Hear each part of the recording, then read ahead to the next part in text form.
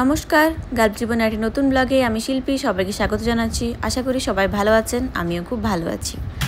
আজকের ভিডিওতে আপনাদের সাথে শেয়ার করব বাড়িতে খুব সহজ পদ্ধতিতে কেমনভাবে আপনারা কাপ কেক বানাবেন। শুধুমাত্র এরকম পেপার কাপ থাকলেই হবে, যেগুলোতে লোকজন যখন আসে তখন চা কফি দেওয়া হয়। এই পেপার কাপগুলোতে খুব সহজেই কিন্তু কেক বানানো যায়। আমি যেরকমভাবে বানাই সেরকম প্রত্যেকটি স্টেপ যদি ফলো করেন তাহলে এরকম স্পঞ্জি কেক হবে। যেরকমভাবে বানাই প্রত্যেকটি স্টেপ আপনাদেরকে ভালো করে বুঝিয়ে দেব। আপনারাও বাড়িতে খুব সহজ পদ্ধতিতে এরকম কাপ কেক বানিয়ে রেখে দিতে পারেন।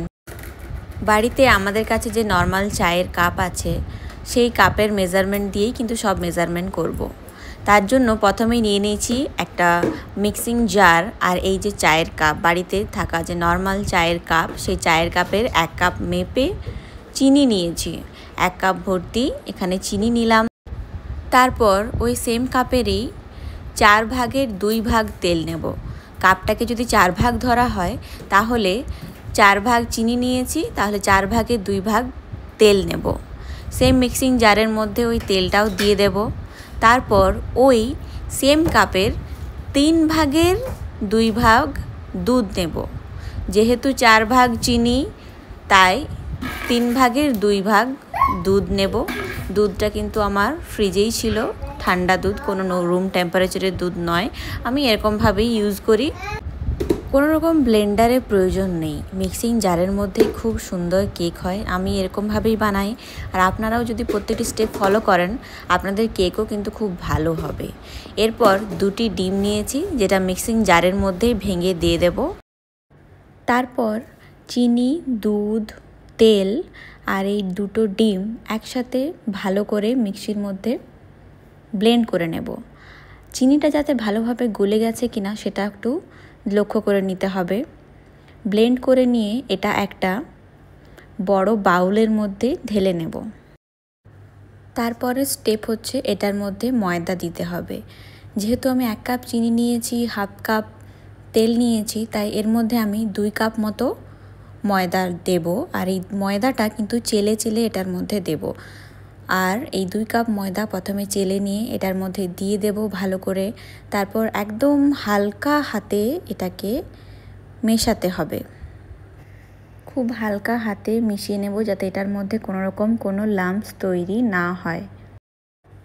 মিশ্রণটি এমন হবে না খুব পাতলা না খুব গাঢ়, এরকম একটি মিশ্রণ তৈরি হবে। মেজারমেন্টগুলো ঠিকঠাক করে দিলেই কেক কিন্তু ভালো হবে। আমি আজ কেকটি বানাবো এয়ার ফ্রায়ারে। 5 মিনিটের জন্য প্রিহিটে বসিয়ে দিয়েছিলাম এয়ার ফ্রায়ারটিকে। আর তারপর এটির মধ্যে মিক্স করব 1 টিস্পুন বেকিং পাউডার এবং 1/4 টিস্পুন বেকিং সোডা। ভালো করে মনে রাখবেন, 1 teaspoon baking powder and 1/4 teaspoon baking soda. Same পদ্ধতিতে পেপার কাপের মধ্যে গ্যাসের ওভেনেও কেক বানানো যায়, সেটা অন্য কোনো দিন আপনাদের সাথে শেয়ার করব। আজকে আমি বানাবো কেকটি এয়ার ফ্রায়ারের মধ্যে। আর এই baking powder baking soda mix করার পরে আবারও একটু এটিকে মিশিয়ে নেব।